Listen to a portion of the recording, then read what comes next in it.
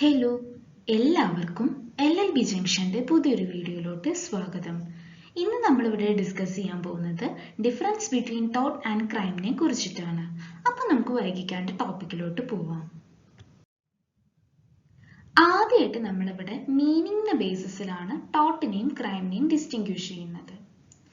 Tort is a civil wrong for which remedy is an action against damages and which is not exclusively a breach of contract or breach of trust or breach of merely an equitable obligation. Tort എന്ന് പറയുന്നത് ഒരു civil wrong ആണ്. ഈ civil റോങ്ങിന് ഇരയായിട്ടുള്ള വ്യക്തിക്ക് കിട്ടാവുന്ന remedy എന്ന് പറയുന്നത് damages claim ചെയ്യുക എന്നുള്ളതാണ്. അതായത് ഏത് വ്യക്തിയാണ് ഈ ഒരു പെർട്ടിക്കുലർ റോങ്ഫുൾ ആക്ട് കമ്മിറ്റ് ചെയ്തിട്ടുള്ളത് ആ വ്യക്തിയുടെ കയ്യിൽ നിന്ന് കോമ്പൻസേഷൻ ക്ലെയിം ചെയ്യുക എന്നുള്ളതാണ് ഈ ഇൻജർഡ് പേഴ്സണ് അവൈലബിൾ ആയിട്ടുള്ള റെമഡി.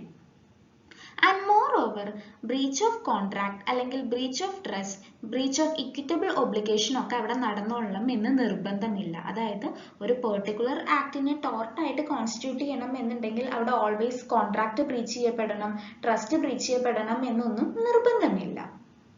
സോ ടോർട്ട് എന്ന് പറയുന്നത് ഒരു സിവിൽ റോങ് ആണ്.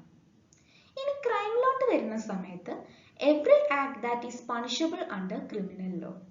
ക്രിമിനൽ ലോന്റെ അണ്ടറിൽ ഏതൊക്കെ ആക്ടുകൾ പണിഷബിൾ ആണ്, ആ ആക്ട്സ് കമ്മിറ്റ് ചെയ്താൽ നമുക്ക് പറയാം ആ വ്യക്തി ക്രൈം കമ്മിറ്റ് ചെയ്തു എന്നുള്ളത്.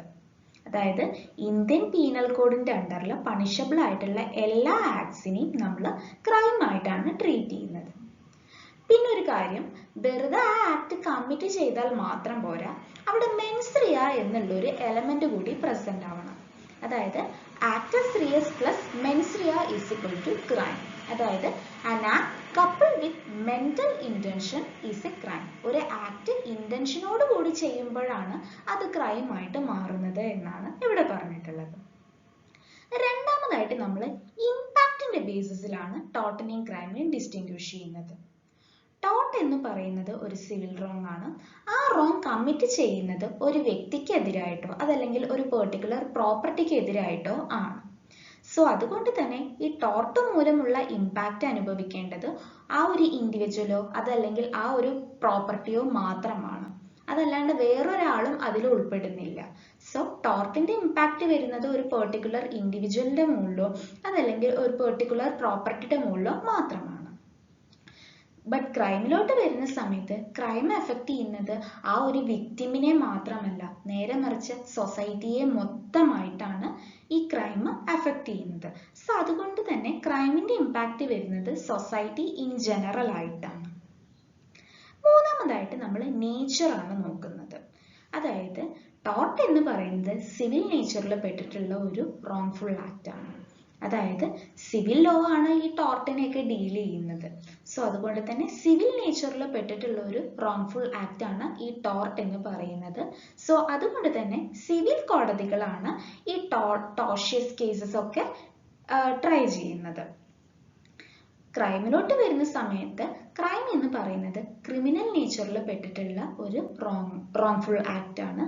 സോ അതുകൊണ്ട് തന്നെ ഇതുപോലെ ഈ നേച്ചറിൽ പെട്ടിട്ടുള്ള കേസുകളൊക്കെ ട്രൈ ചെയ്യുന്നത് ക്രിമിനൽ കോടതികളായിരിക്കും. ഇനി നമ്മൾ നോക്കാൻ പോകുന്നത് ആരായിരിക്കും സ്യൂട്ട് അല്ലെങ്കിൽ കേസ് കൊടുക്കുന്നത് അല്ലെങ്കിൽ ഇൻസ്റ്റിറ്റ്യൂട്ട് ചെയ്യുന്നത് എന്നുള്ളതാണ്. ടോർട്ടിനെ സംബന്ധിച്ചിടത്തോളം ഏത് വ്യക്തിയുടെ റൈറ്റ് ആണ് അവിടെ വയലേറ്റ് ചെയ്യപ്പെട്ടിട്ടുള്ളത്. അതായത് ഈ ഒരു ടോർഷ്യസ് ആക്ട് മൂലം ഏത് വ്യക്തിക്കാണ് ഇഞ്ചുറി അനുഭവിക്കേണ്ടി വന്നിട്ടുള്ളത് ആ പേഴ്സൺ ആയിരിക്കും ഇവിടെ കേസ് ഫയൽ ചെയ്യുന്നുണ്ടാവുക. അതായത് ടോർട്ട് കമ്മിറ്റ് ചെയ്യുന്ന സമയത്ത്, അതായത് ടോർട്ട് മൂലം ഏത് വ്യക്തിയുടെ റൈറ്റ് ആണ് അവിടെ വയലേറ്റ് ചെയ്യപ്പെട്ടിട്ടുള്ളത് ആ പേഴ്സൺ ആയിരിക്കും ഇവിടെ റെമഡിക്ക് വേണ്ടിയിട്ട് കോടതിയുടെ മുൻപാകെ കേസ് സമർപ്പിക്കുന്നുണ്ടാവുക. എന്നാൽ ക്രൈമിന്റെ ഭാഗത്തോട്ട് വരുന്ന സമയത്ത് സ്റ്റേറ്റ് അല്ലെങ്കിൽ ഗവൺമെന്റ് ആയിരിക്കും ഇവിടെ കേസ് ഇൻസ്റ്റിറ്റ്യൂട്ട് ചെയ്യുന്നുണ്ടാവുക. അതായത് ഈ വിക്ടിമിന്റെ ബിഹാഫിൽ ഗവൺമെന്റ് അല്ലെങ്കിൽ സ്റ്റേറ്റ് ആയിരിക്കും കേസ് ഫയൽ ചെയ്യുന്നുണ്ടാവുക.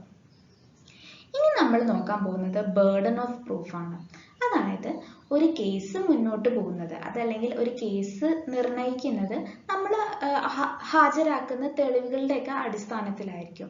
സോ ഏത് പേഴ്സന്റെ ഉത്തരവാദിത്തമാണ് അതല്ലെങ്കിൽ ആരുടെ ഉത്തരവാദിത്തമാണ് ഈ തെളിവ് ഹാജരാക്കേണ്ടത് എന്നാണ് ഇവിടെ പറഞ്ഞിട്ടുള്ളത്. ടോർട്ടിനെ സംബന്ധിച്ചിടത്തോളം ക്ലെയിമന്റിന്റെ മുകളിലാണ് ഈ ബേർഡൻ ഓഫ് പ്രൂഫ്. അതായത് ആരാണ് ഈ കേസ് കൊടുക്കുന്നത്, അതായത് ആരാണ് സ്യൂട്ട് ഇൻസ്റ്റിറ്റ്യൂട്ട് ചെയ്യുന്നത്, ആ പേഴ്സൺ ആയിരിക്കണം ബേർഡൻ ആ പേഴ്സന്റെ മുകളിലാണ് ഈ പ്രൂഫിന്റെ ബേർഡൻ ലൈ ചെയ്യുന്നത്. അതായത് അയാളാണ് ഇവിടെ തെളിവ് ഹാജരാക്കേണ്ടത്. ക്രൈമിനെ സംബന്ധിച്ചിടത്തോളം പ്രോസിക്യൂഷൻ അതല്ലെങ്കിൽ സ്റ്റേറ്റ് ആണ് ഈ തെളിവുകൾ ഹാജരാക്കേണ്ടത്. ഇനി നമ്മൾ റെമഡീസിന്റെ ബേസിസിലാണ് ടോർട്ടിനെയും ക്രൈമിനെയും ഡിസ്റ്റിങ്ക്വിഷ് ചെയ്യുന്നത്. ടോർട്ട് മൂലം ഇഞ്ചുറി അനുഭവിക്കേണ്ടി വന്നിട്ടുള്ള വ്യക്തിക്ക് കിട്ടാവുന്ന റെമഡി എന്ന് പറയുന്നത് ഡാമേജസ് അല്ലെങ്കിൽ ഇൻജങ്ഷൻ അതല്ലെങ്കിൽ സ്പെസിഫിക് പെർഫോമൻസ് ഒക്കെ ആയിരിക്കും. എന്നാൽ ക്രൈമിലോട്ട് വരുന്ന സമയത്ത് ആ വിക്ടിമിന് കിട്ടാവുന്ന റെമഡി എന്ന് പറയുന്നത് ഫൈൻ അല്ലെങ്കിൽ ഇംപ്രിസൺമെന്റ് അല്ലെങ്കിൽ ക്യാപിറ്റൽ പണിഷ്മെന്റ് ഒക്കെ ആണ്. അതായത് കോഡിന്റെ അണ്ടറിൽ എന്താണ് പറഞ്ഞിട്ടുള്ള പണിഷ്മെന്റ് ആയിട്ട് കൊടുക്കാൻ പറഞ്ഞിട്ടുള്ളത് ആ പണിഷ്മെന്റ് ഒക്കെയാണ് ഈ വിക്ടിമിന് അല്ലെങ്കിൽ വിക്ടിമിന്റെ പാർട്ടീസിനൊക്കെ കിട്ടുന്നത്. ഇനി നമ്മൾ ഇന്റൻഷനെ കുറിച്ചിട്ടാണ്, അതായത് ഇന്റൻഷന്റെ ബേസിസിലാണ് ടോർട്ടിനെയും ക്രൈമിനെയും ഡിസ്റ്റിങ്ക്വിഷ് ചെയ്യുന്നത്.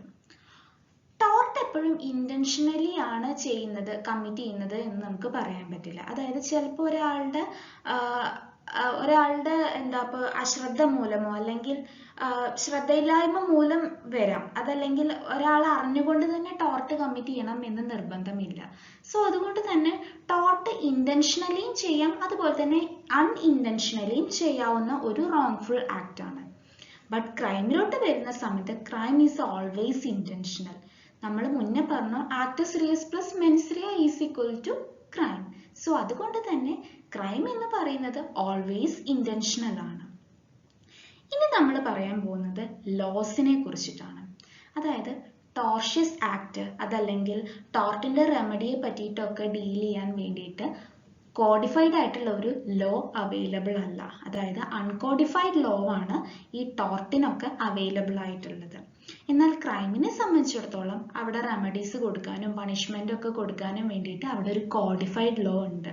നമുക്ക് ഇന്ത്യൻ പീനൽ കോഡ് ഇല്ലേ, സോ അതുപോലെ ഒരു കോഡ് നമ്മുടെ ടോർട്ടിന് അവൈലബിൾ അല്ല. ആൻഡ് ലാസ്റ്റ് ആയിട്ട് ടോർട്ട് കമ്മിറ്റ് ചെയ്യുന്ന വ്യക്തികളെ വിളിക്കുന്ന പേരാണ് ടോർട്ട് ഫീസർ.